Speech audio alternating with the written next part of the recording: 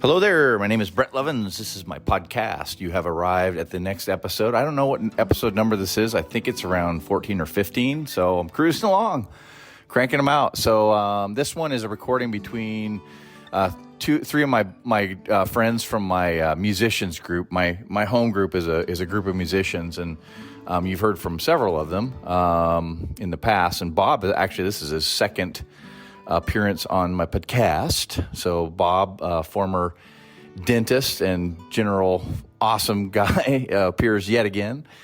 And today's topic is, I think, a really good one. It's around pot, weed, cannabis, whatever you want to call it. I've known a lot of people, and still do over the years, that still use marijuana, smoke marijuana, and don't drink, and attend meetings. And we have that shared experience with alcohol. But marijuana is sort of is a weird one, because a lot of people get a lot of benefit out of it. I tend to try to stick with stories. So I think you're gonna get the opportunity to hear here is four people, me and three other people, talking about their use of cannabis while being free of alcohol, so sober, right?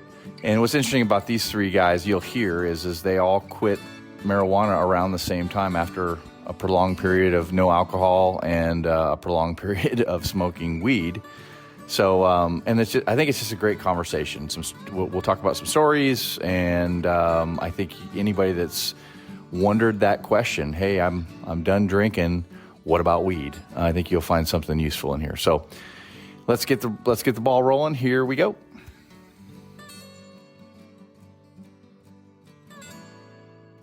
Well, hey guys, thanks for being here. So as most of you know, this will be audio only, so don't sweat how you look. Yeah, I did my hair and everything. Did your hair? Well, it'll just be us talking for the recording. I don't exactly know where this topic is going to go. The tape is rolling, so let me kind of tee it up. And the last time I did one with multiple people, we kind of did a round robin, and it seemed to work pretty well. But we'll see what shakes, right? So what I've heard a lot, especially in early sobriety, is this question, and I know all of us have heard it, and it's an important question, and that is, what about cannabis, right? So, and I'm using the word cannabis. Those that are tuning in, we're talking about marijuana, weed, THC, whatever, however you want to call it. But cannabis is what we're talking about here. And I've not assembled, that sounds weird, but I've brought three of my friends to a conversation that I know have, a breadth of it, experience in this place. I don't have it in my story, but I know it's an important topic, and I'm a big believer in, if I don't have it in my story, I don't really have much to say. But if I find people that do, I like to connect them. So my goal here is to give the three of you who not only have cannabis in your story, but you have a common thing about cannabis that you'll probably share as we go around as well. So we can do this any way you want. But I'm going to propose we go around the horn, and let's just do popcorn, meaning whoever feels the heat can pop, and then we'll send it to the next person. And I'll edit out all awkward silences. So we've got that going. That's the great thing about this. You can just kill all the silence where everybody's just looking, waiting for somebody to talk. Somebody else go first. I don't mind going first. I really don't on this subject. Mainly because this is probably my number one subject in my recovery story. I didn't realize how big of a portion it was until I had to actually face what became an addiction. I smoked cannabis, marijuana, for 48 years, every day. That's a long time. And I didn't realize that when it came to my addictions and my recovery, that's really where the rubber meets the road, was cannabis. I'd always thought that my main drug of choice was alcohol. Now, I had a ferocious cocaine habit for quite a few years. But it was hard to get back then a little bit, and I didn't have the money for it. I was a musician, I was at the mercy of other people and limited income. So it never really got to bad level with the coke. Alcohol was everywhere. Alcohol was everything. But you know what? So was the weed. For me, there was no separating alcohol and weed. You did them both. Now I did figure out, fairly early on that it was better to smoke the weed first, then drink. Because if you drank and then smoked the weed, it didn't always end well. Then it would just take you to a different level of stupidity. But it would, you'd be spinning around, it just didn't work. Now, that's just my experience. Everything that I'm going to talk about here is really just my experience, obviously, especially when it comes to cannabis, because cannabis is it's one of those drugs that hits different people different ways. It's a psychoactive type of drug. There's no guaranteed outcome for each person. I've known people that have had bad experiences with cannabis right off the bat. I was not one of them. I carried it on. So I've been, this week I'll have been sober from alcohol for 26 years. And same with coke, same with pretty much every drug except for cannabis. I carried on what my sponsor and all my buddies in every 12-step program I've been around is called marijuana maintenance. I used to buck up against that. I used to say, hey, it's the least of all the evils that I've done in my life. Smoking a little weed, for God's sakes, isn't going to be such a bad thing, is it? Because it became legal, became easy to find. I don't know. I always found lots of ways to rationalize weed smoking. Oh, it's good for you. The CBDs are okay. It keeps you chill, blah, blah, blah, blah, blah, blah. Poor man's Prozac. That was one of my favorite phrases. I'm sure I told it to Bob a few times when I was rationalizing my weed intake, and Bob was listening to me like a good man, but or doing it with you. Yes, that too. But at the end of the day, it is an addiction. So I knew I had to stop, but it took physical symptoms for me to actually get serious about it. I was so deeply convinced that it was not that big of a deal. And it was the only thing keeping me sane and this and that it took physical consequences for me to actually get serious about quitting cannabis. I developed a condition called cannabinoid hyperemesis, which has come on very strong in the last few years because of the increase in the strength THC levels of cannabis now. It's a lot different. It's not your dad's weed anymore, or I should say, I'm a grandpa, so it's grandpa's weed. It's not your grandpa's weed anymore. It's the real. It's very, very potent, and especially amongst a lot of people that were using concentrates on vape pens, dab, all that kind of stuff. They were really getting high levels. And I was experiencing some symptoms, nausea every day, having trouble controlling my body temperature at times, just, a chronic cough, stupid things like that. So I got serious about it and I quit 4/20/2020. And I made it 2 years before I relapsed. I relapsed at about 2 years and 2.5 months. And there again, it was the addict mind saying, hey, maybe you can control this.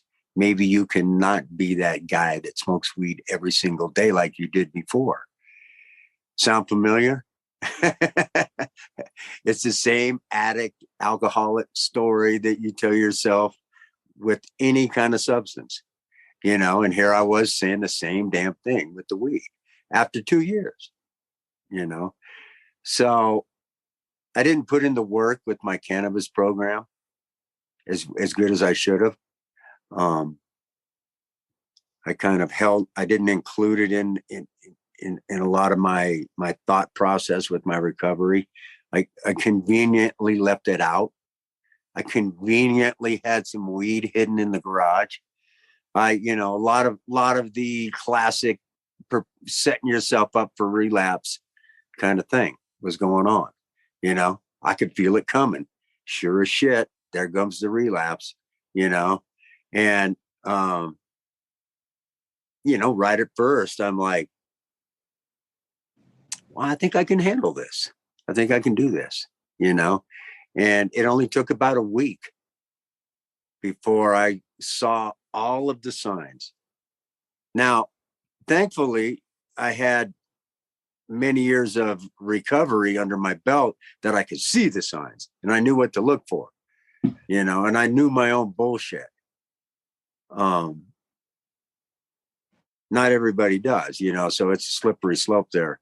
But I could see everything, the behaviors, the thought about thinking about it, all the stuff, maybe if I get a little bit, stash it, maybe, mouthwash, the whole 9 yards, all the shit that we did with alcohol too, same with weed. I didn't want anybody knowing. I didn't want my wife knowing, I had, Mr. Clean off of the weed for 2 years guy, so, I had to chill it, but I must say that I never think about drinking alcohol. Never.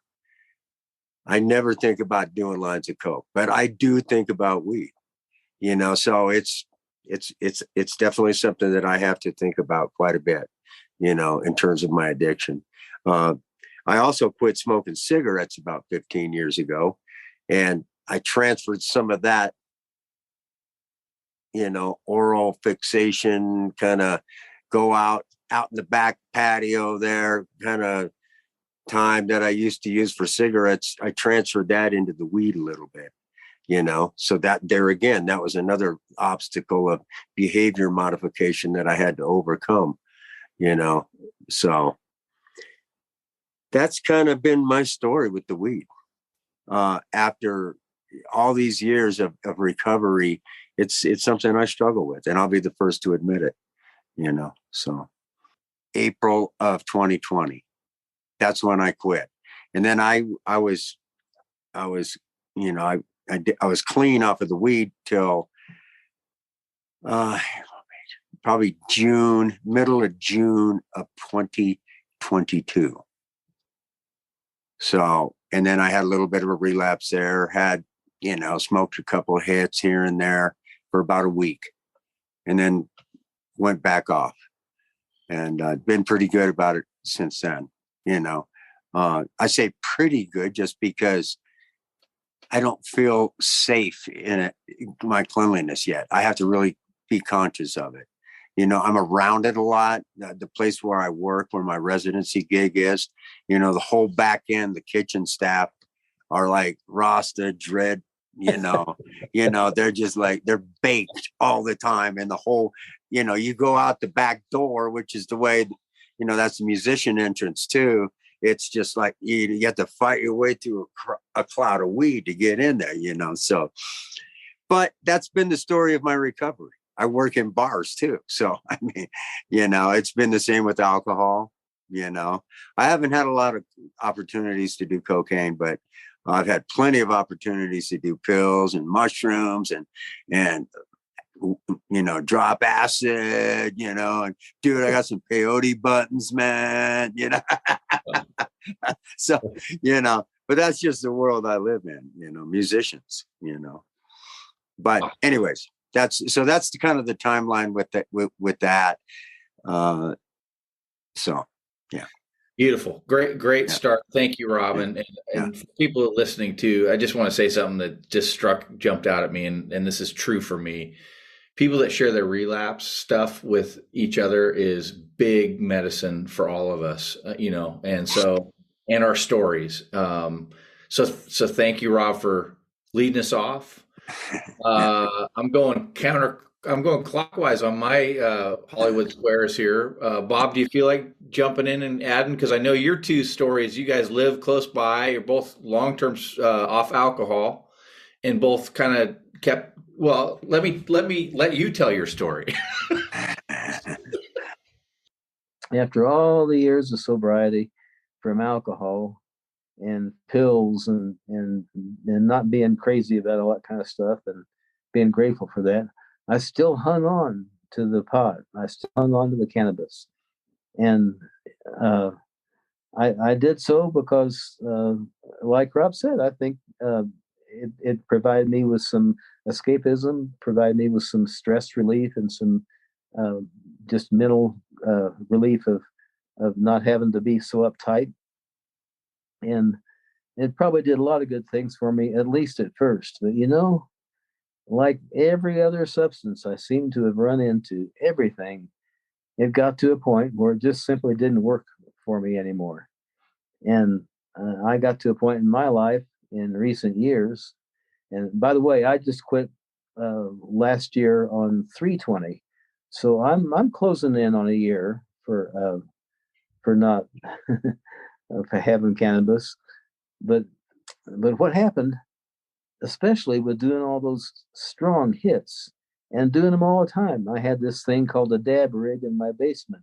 I had a propane torch hooked up to it. All I had to do is walk down and flick, and here come the flame and heat the thing and touch the little thing to it. And it didn't even cost very much. A little jar of that stuff, it lasts a long time. It provided dozens of powerful hits. And I would do that multiple times a day. I wouldn't do it generally right when I got up. That would be wrong. We don't want to wake bake. Well, let's wait a few minutes till we have a little something to eat and a cup of coffee. Then let's go do it, So, God almighty. And I laugh at myself because it is typical of the stories that I told myself about drinking or popping pills or anything else. My friends, they're all substances that call us. And they call us at different times in our lives and to different degrees. And if any of you out there are like me and you have what's kind of called an addictive personality, then you may be at risk for being called so much to this that you get to the point to where you're doing it and it quits working for you. And you do some more and it still doesn't work any better. And it took a long time for cannabis to get to that point, but it finally did. And in recent years, I had really noticed that. And I didn't have any immediate health issues like what Rob was talking about, but I just got to the point to where my cough was way too much, and I just got sick of myself needing to have that all the time and needing to have those big, powerful hits, and then go ahead and taking a second or a third one and not even feeling much different. And after a while, I just shook my head. Man, why are you doing this? And Rob quit before I did, and he was actually a big inspiration for me to quit the cannabis thing. So I followed suit several months later. It took me some time. But the one point I wanted to make was how much of a habit it had become. Again, out here in Colorado, we've had legal marijuana for 10 years. And it's just so easy to get and so cheap and so easy to make a habit of. For a long time, I didn't think twice about that habit. It was just part of my life. Every few hours, maybe as long as 3 or 4, maybe as little as 1 or 2, it was time for a puff. Time to fire up the dab rig and have a puff again. And I did that for quite a few years before I got to that point back a year ago, where I was looking for the inspiration to really quit, to really leave it behind. And I also agree with Rob. It's a whole new level of sobriety for me to leave cannabis behind and move into just being satisfied with what's in my own mind without having to be stoned. It took some courage. I didn't think a few years ago that I would ever do that, because after all, pot was legal and cheap, and I'd had 20 plus years of licking the alcohol bug and not drinking, and staying away from pills. I mean, other than the ones I needed for something, like if I had a surgery or something. But in the old days, it was just all the alcohol and all the pills and all the weed and cocaine and all that stuff, whatever I could get. I had some periods of time away from weed. And it's interesting that you mentioned that, Rob, after you first sobered up from alcohol, because I had a period like that too. I had about 2.5 or 3 years where I don't think I did anything in April of '96 when I first sobered up, and I barely remember my rationalization for reintroducing weed. Some friends had some, and it was still illegal, but still people still had it. And I was on vacation. That was always a trigger. On vacation with some friends, having a good time. Oh, sure. What the heck? I haven't had any for 2 or 3 years. I can have a puff. And just like everything else, just sure as God made little green apples, I was back at home buying pot and smoking it again. And did it for years. Did it for years. Did it for another 20 years, maybe a little bit more than that. So all I can tell you, my friends, is that if it's the kind of habit that's got a hold of you, find a way to try and leave it behind. Do whatever kind of resources you find whatever kind of resources you can to learn about ways to live life without having to get stoned all the time. It really is okay. Excellent, Bob. Thank you. Jeremy, with the excellent hairstyle that nobody can see, but I can. And it is fantastic. Looks great, everybody. I'm Jeremy. I don't know. I've been, trying to contemplate how to start this, and with listening to Rob and Bob, it's kind of, my story is a little bit different, but it also converges on theirs because they are both the inspiration for me going ahead and fucking. Can we cuss on this podcast? I get we can now, baby. for freaking quitting the marijuana, stopping cannabis. I heard that Rob had quit and I was still smoking. I quit. Okay, this is getting discombobulated already.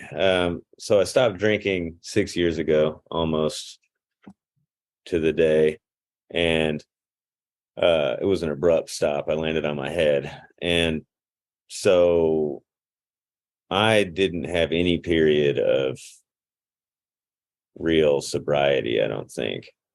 I don't want to say real sobriety, because stopping drinking was a humongous deal for me. And this is like, I want to say this without endorsing marijuana, but there was definitely a period in my stopping drinking that marijuana was very helpful to me. I don't think it's legal here now, but it might as well be, for as much of a damn as anybody gives if you're smoking weed. And so I never had any problem getting it. And when I stopped drinking, it was like, I would roll it with tobacco. And so I got kind of both of those things at once, because I had quit smoking, I don't even know, 8 years before I stopped drinking.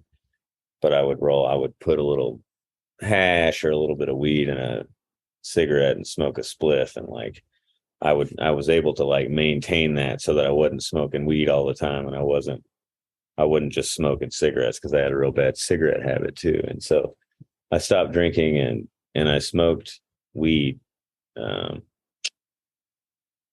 of regularly, and it did kind of help I don't know, I feel like it did there were actual positive effects to it.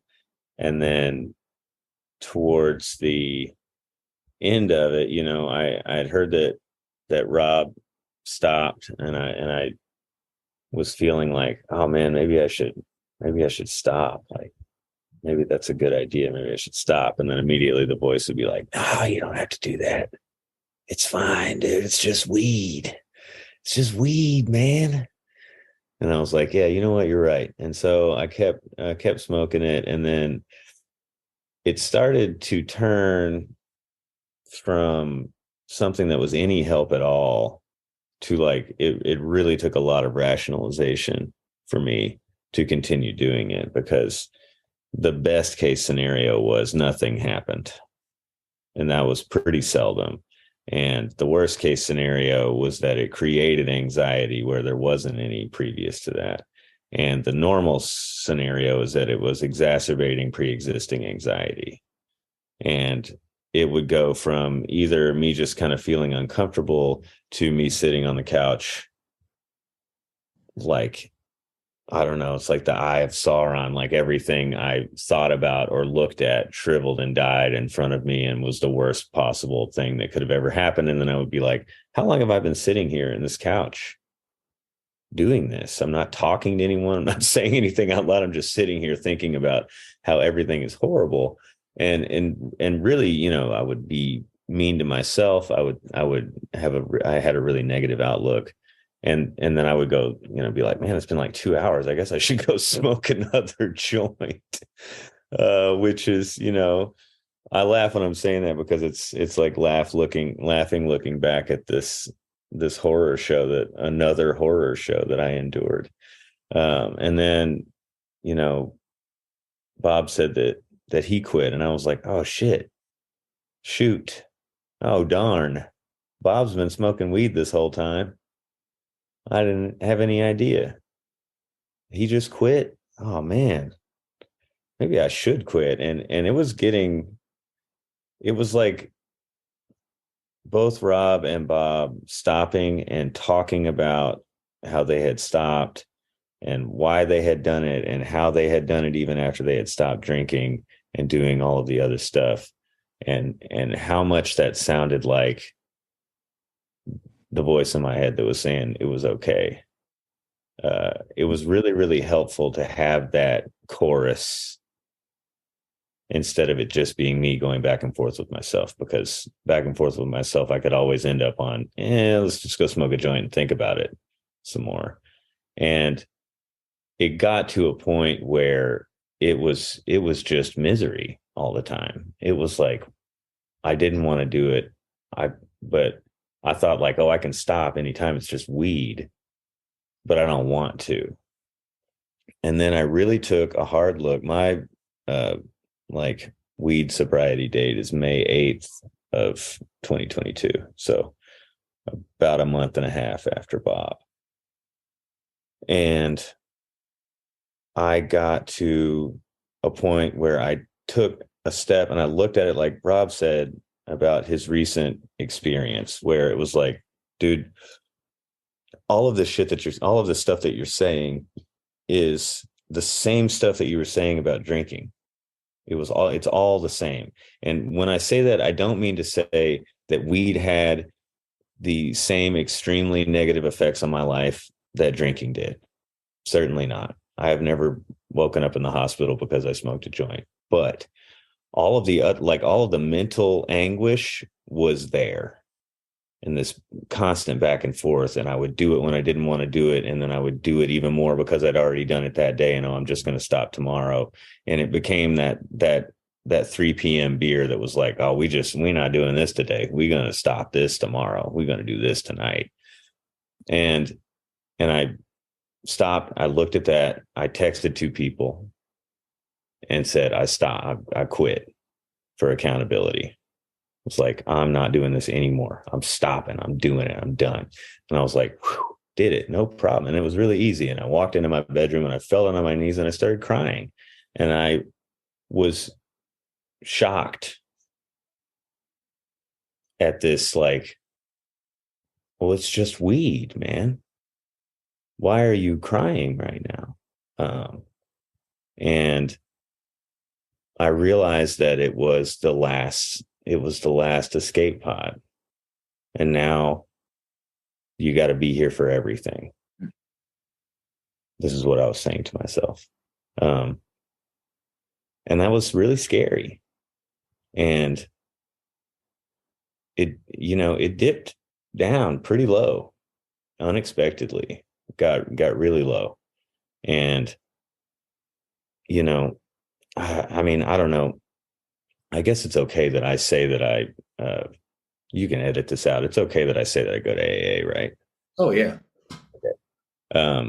And so I'm just like, I don't know the rules about the anonymity thing, with the level of press, radio, and film and all this stuff. Some people get really worked up about that stuff. So I was riding my bike one day in July, almost 2 months after I'd stopped smoking weed. And I was riding my bike down a hill and I said out loud, "Let me out." And I was like, well, this isn't good.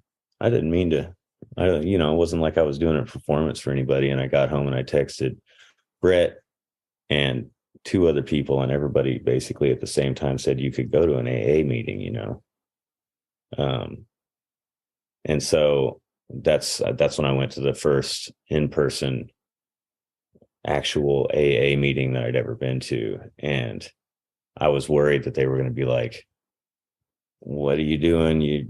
You quit drinking. You don't need to be in here. You already quit." And problem with weed, that doesn't really apply here. And it was the opposite. And I found a lot of, like, I guess the point of this is that being able to do all of these things and know that I am actually sober, and I don't have a little voice in the back of my mind go, "Yeah, but you do this, you just don't tell anybody about it," has been really nice. Even in the hard times, everything hasn't been easy, but I do have the thing to fall back on and say, like, well, at least I'm not high. At least I'm not high and drunk, because some things are going to be hard regardless, but at least I'm not just escaping. At least I'm not getting in the spaceship and leaving. I got to be here for it, and I'm happy to be here for it. So I suppose that'll wrap my portion up.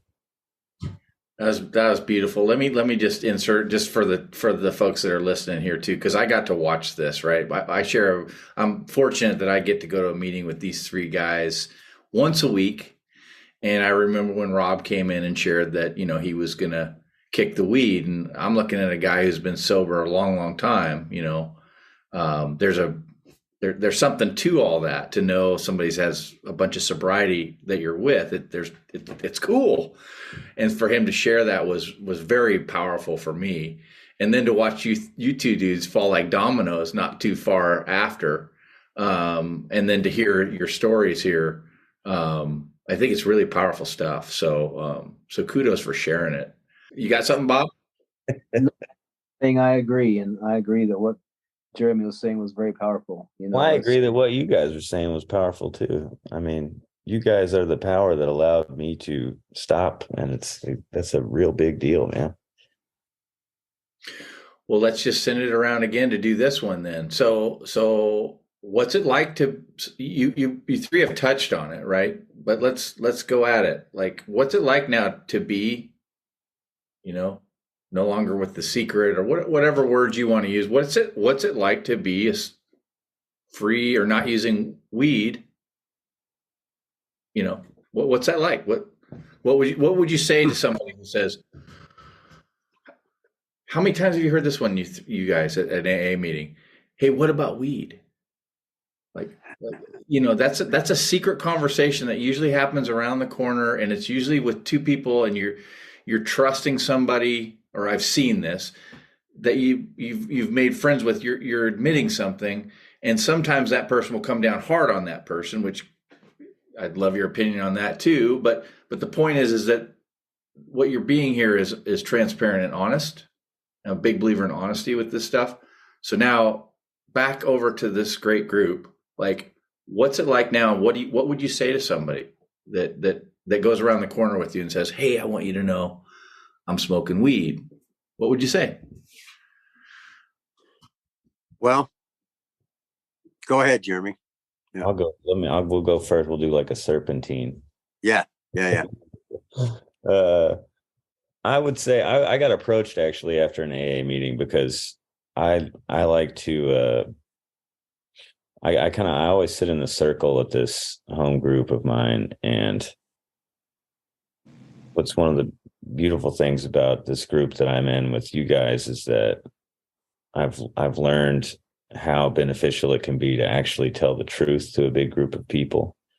It was real scary to me at first, and so I talk about the weed thing, even though I was scared that people were going to be like, this ain't a weed meeting, man, and all this other stuff. And I had one person come up to me afterwards and say, hey, I would really like to talk to you about that. Like, because of this stigma with some people get real anal retentive about telling everybody the rules, which, you asked for my opinion about that. I think that it's bullshit. I think that if you're in the rooms of AA and you have a desire to stop drinking, then that's the only requirement for entry.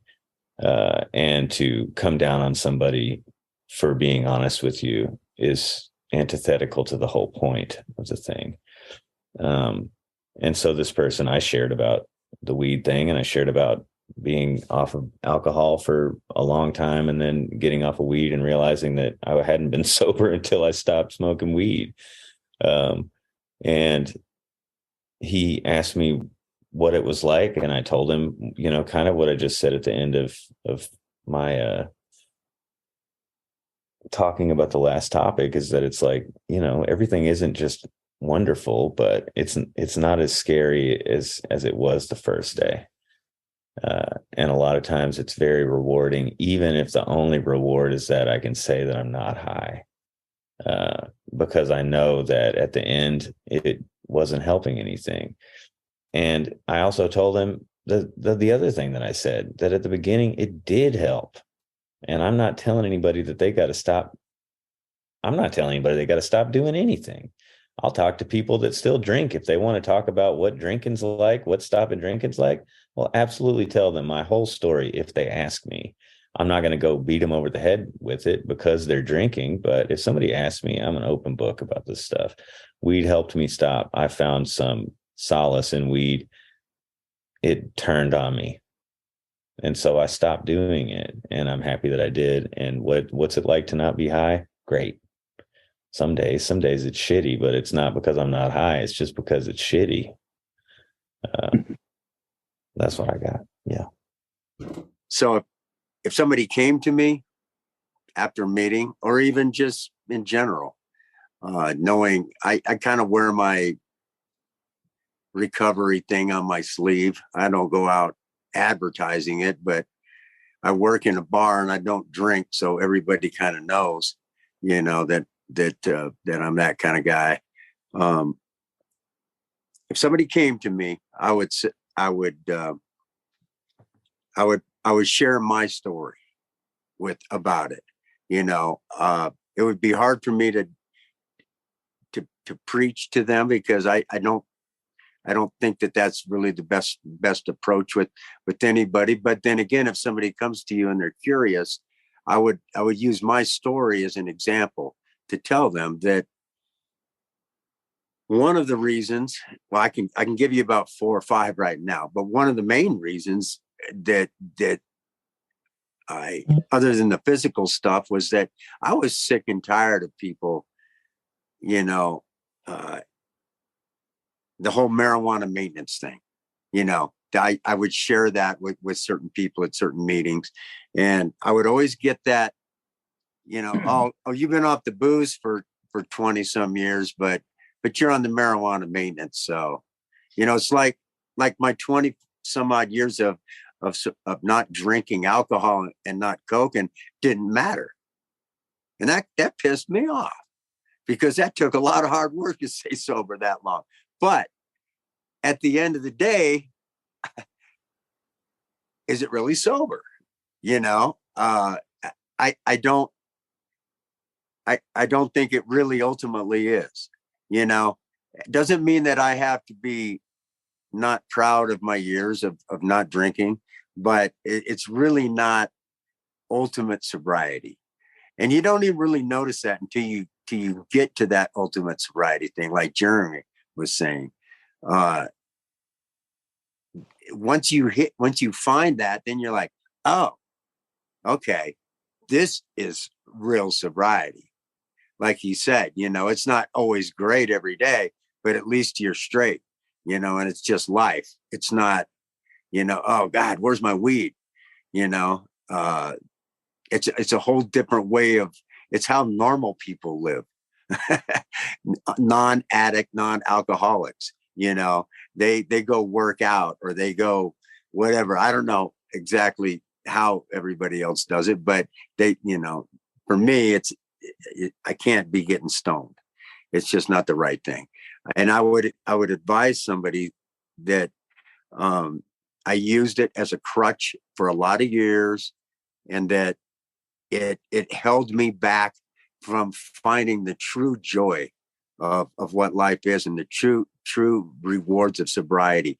I had a lot of rewards. And Bob has too, from years of not drinking and not being fucked up all the time.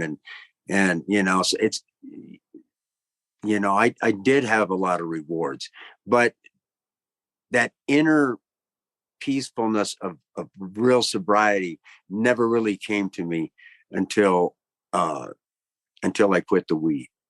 So I would counsel somebody based on my own experience to try to not use marijuana as a crutch.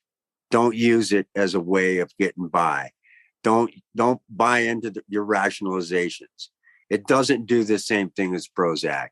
It's like Jeremy said, sometimes it would make me anxious. It wouldn't mellow me out. It would do the opposite. I was just rationalizing it, that it was doing that, but it really wasn't. Sometimes it would make life worse. Jeremy's got his hand up. Jeremy, I see that you have your hand up. Do you have something that you'd like to add? Yeah, I don't know. I think I wanted to be clear about the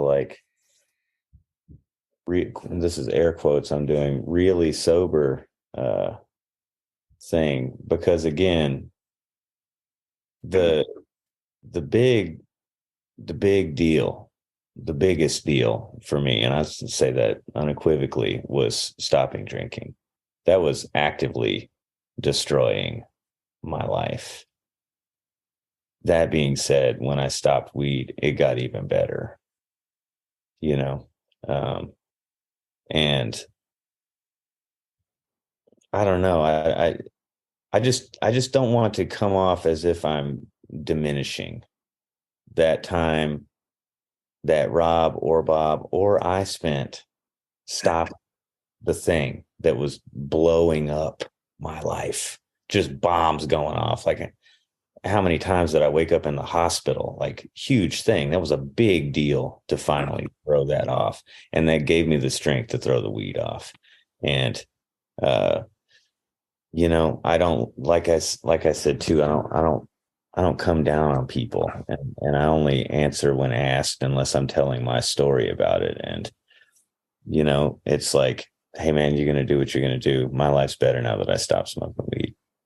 That's kind of the bottom line, or maybe the way that I would like to have ended my first little talk that I was giving on this question. So some clarity. Yeah, that's very good. I'll also just chip in on that about the anxiety thing. There is no question in my mind that I have less issues with anxiety after having quit weed. That was always a little bit of a thing for me anyway. It never totally went away, even when I sobered up. And since I haven't been using marijuana, I've had much diminished issues with anxiety. It honestly, it's like a lot of things. Maybe it kind of helps at first, but pretty soon it works the other way around, and it produces anxiety. I do believe that. That was the case for me personally, anyway.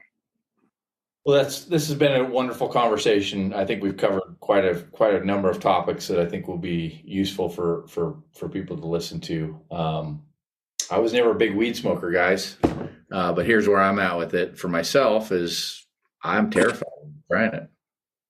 'Cause I just can't take any chances. And like you, it just used to make me just anxious. So, except for All Alone with Mark Knopfler, local hero with a good set of headphones, I'm golden. So the county that Bob and I live in, there's only 9,000 people in the whole county, which is not a very large population. And we have 12 dispensaries. Wow. 12. Hmm. I think there's more dispensaries than there are liquor stores. There are. Yeah. Guys, thanks for doing this. You guys you mean a lot to me. I've learned a ton from all three of you, as you know, in all the meetings that we've been to. If you count them up, guys, it's getting up there. Yeah. 3+ years is a lot of meetings once a week. So yeah. So anyway. Well, it's been a pleasure talking with everybody, and Jeremy, it's good to see you again. Yeah. Yeah, it's nice to see you guys too. I'll make it back. I promise. Yeah. Thanks, Brett, for inviting me into this. This is one of my favorite subject matters in recovery. So I'm glad to share. Good to see all you guys. Nice. Thanks, everybody. I'm so grateful for those gentlemen. Thanks for a great conversation, guys. I'll be stoked to share this episode with a whole bunch of people. And I just think I think there's a lot of ways to come at this particular topic. And so it's just really fun to have three stories from three people that I, really think a lot of and, admire. And thanks for sharing it with the audience here that has found their way to this podcast. I think if somebody's listening to this and they're very uncomfortable, either because they're, whoa, no, you're not sober if you're not free of weed. I mean, I know a lot of people feel that way. That's, whatever. And then I know a lot of people that feel like the opposite, like weed is absolutely an important medicinal part of my life and I don't drink anymore. Yeah, that's great too. So there's room for everybody. Here's three stories, three different people. Hope you enjoyed the conversation, and we'll see you on the next podcast.